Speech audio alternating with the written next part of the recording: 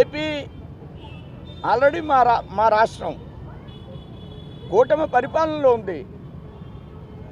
AP తప్పకుండా నేనేదైతే అభివృద్ధికి నాంది ఎన్నికల రిజల్ట్ అని చెప్పాను, అలానే ఈ ఫలితాలు ఏపీ అభివృద్ధికి కూడా మరింత దోహదపడతాయి.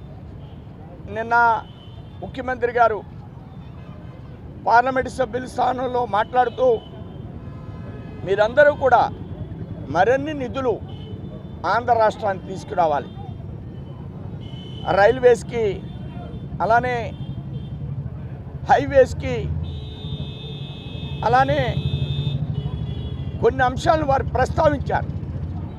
ఇవన్నీ ఎందుకు చేయమన్నారు? వైసీపీ లాగా తప్పుడు ఆలోచనలు ఆయన ఎక్కడ నిర్మాణం చేయలేదు.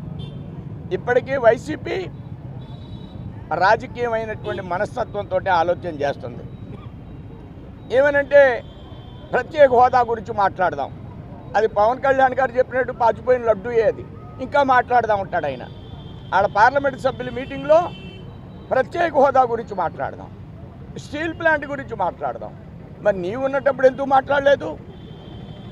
ఇవన్నీ కూడా ఆంధ్ర రాష్ట్రాన్ని అభివృద్ధి చేసేటువంటి ఆలోచన కాదు. ఆయన క్యాపిటల్ అన్నాడు, విశాఖపట్నంలో క్యాపిటల్కి ఆయన బిల్డింగ్ కట్టుకున్నాడు, అది క్యాపిటలా? ఇవి తప్పుడు ఆలోచనతో రాజకీయాలు నడుపుతున్నారు.